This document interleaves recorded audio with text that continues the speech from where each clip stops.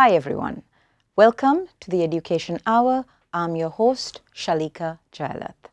We ended our last episode on a famous quote by British mathematician Alan Turing. Sometimes it is the people no one can imagine anything of who do the things no one can imagine.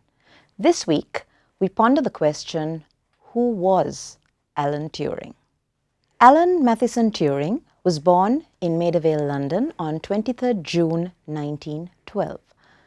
From a very early age, Turing showed signs of genius. His primary school headmistress once said that she had clever boys and hard-working boys, but Alan is a genius. Turing changed schools at the age of 9 before moving on to Sherborne School in Dorset, an independent boarding school at the age of 13. Turing's first day at Sherborne School coincided with the 1926 general strike in Britain, but Turing was so determined to make it to school that he rode his bicycle unaccompanied at the age of 13, 60 miles, that's 97 kilometers, to get there. Turing's natural ability for mathematics and science started to become obvious when at the age of 15, he solved advanced mathematical problems without ever having studied elementary calculus. The following year, he came upon the work of Albert Einstein, which too he was able to grasp.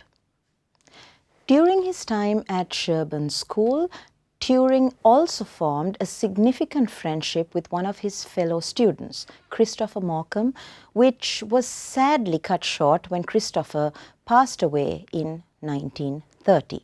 Turing was only 17 years old at this time, and Christopher's death affected Turing badly, and he attempted to cope with his grief by working that much harder on mathematics and science. Turing went on to study at King's College, Cambridge, where he was awarded a first-class honours degree in mathematics in 1934. The following year, at the age of 22, he was elected a Fellow of King's College on the basis of his dissertation.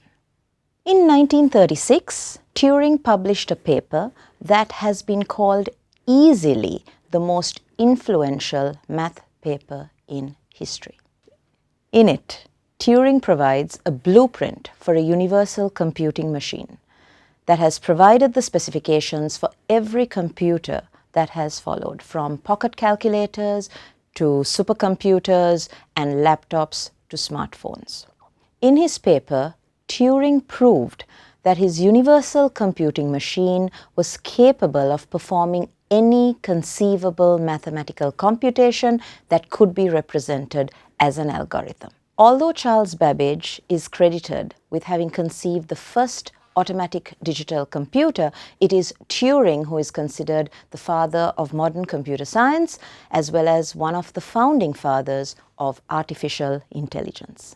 From September 1936 to July 1938, Turing continued his mathematical studies, which included cryptography, at Princeton University in the US. He obtained his PhD in 1938 and returned to the UK a year before World War II broke out. On 4th September 1939, a day after UK declared war on Germany, Turing reported to Bletchley Park, the wartime station of the UK government Code and Cipher School. Like everyone who worked at Bletchley Park, Turing signed the Official Secrets Act, in which he agreed not to disclose anything about his work at Bletchley Park, with severe legal penalties for violating the Official Secrets Act.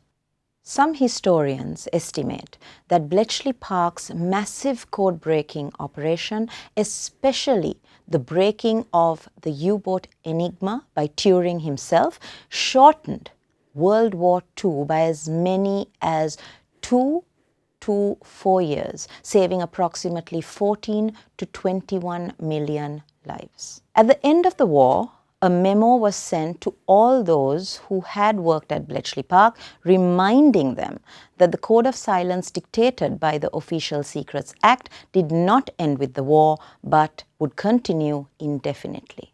Thus, even though Turing was appointed an officer of the Order of the British Empire in 1946 by King George VI for his wartime services, his work remained secret for many years. Between 1945 and 1947, Turing lived in London while he worked on the design of the automatic computing engine.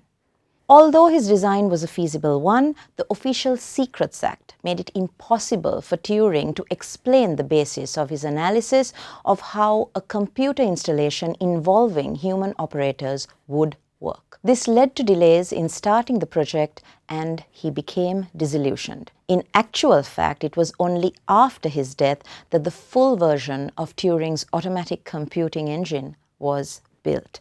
A number of later computers around the world owe much to this work. In 1950, Turing moved on to the issue of artificial intelligence and proposed an experiment known as the Turing Test, which attempts to identify if a machine is intelligent. The idea was that a computer could be said to think if a human interrogator could not tell it apart through conversation from a human being. A reversed form of the Turing test, known as the captcha test, is widely used on the internet today, almost 70 years after the death of Alan Turing, in order to determine whether the user is a human or a computer. While at Bletchley Park, Turing got engaged to fellow cryptographer Joan Clark. However, they never got married. Turing revealed his true sexuality to his fiancée and broke off their engagement, although Joan was reportedly unfazed by Turing's revelation. In January 1952, Turing started a relationship with Arnold Murray, a 19-year-old unemployed man.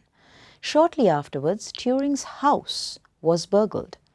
Murray told Turing that he and the burglar were acquainted, and Turing reported the crime to the police. During the investigation, Turing then acknowledged a sexual relationship with Murray. Homosexual acts were criminal offences in the United Kingdom at that time, and both men were charged with gross indecency under Section 11 of the Criminal Law Amendment Act of 1885. Turing was convicted and given a choice between imprisonment and probation. His probation would be conditional on his agreement to undergo hormonal physical changes designed to reduce libido. He accepted the option of injections of a type of synthetic estrogen. This feminization of his body was continued for the course of 1 year. The treatment rendered Turing impotent and caused breast tissue to form. Turing's conviction led to the removal of his security clearance and barred him from continuing with his cryptographic work for the government communications headquarters. He was also denied entry into the United States. Turing died on June 7, 1954. Unable to continue with chemical castration as it was known, he had taken his life. Next to him was a partly eaten apple. The autopsy found 4 ounces of cyanide in Turing's stomach, suggesting that he drank the poison and ate the apple.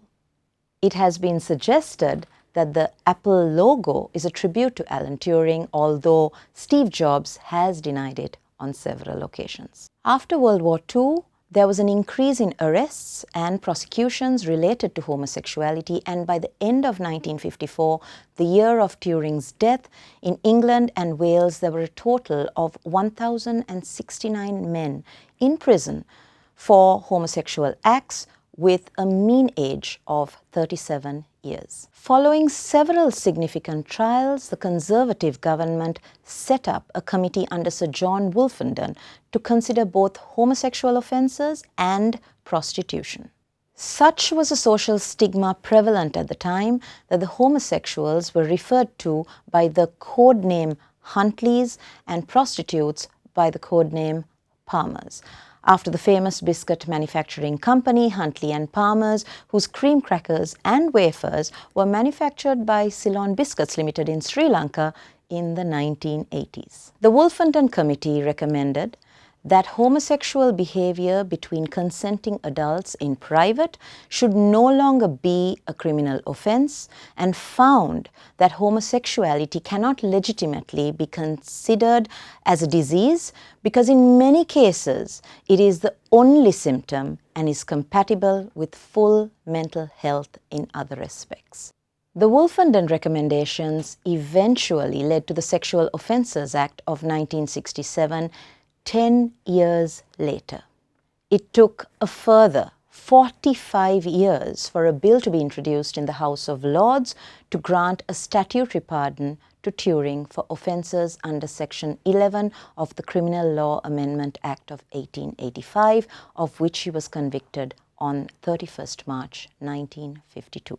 The bill passed its third reading in the House of Lords, but was then delayed in the House of Commons. Eventually, the government elected to proceed under the royal prerogative of mercy, and in August 2014, 60 years after the death of Alan Turing, Queen Elizabeth II officially pronounced Turing pardoned. In September 2016, the government announced its intention to expand this retroactive exoneration to other men convicted of similar historical indecency offences in what was described as an Alan Turing law. Irrespective of one's own individual viewpoint with regard to LGBTQ relationships, chemical castration for a wartime hero whose efforts saved millions of lives can only be described as harsh, and a posthumous pardon cannot make up for a life cut short so tragically. In 1994, the United Nations Human Rights Committee ruled that outlawing homosexuality violated the UN International Covenant on Civil and Political Rights. Despite this, almost 2.8 billion people live in countries where identifying themselves as gay could result in imprisonment, corporal punishment, or death. Should we not then be addressing the question of where social stigma is taking us? Thank you for tuning in. Join me next week on the Education Hour when we take a closer look at the work of Alan Turing during his time at Bletchley Park. This is Shaleeka Jayalath. Stay safe.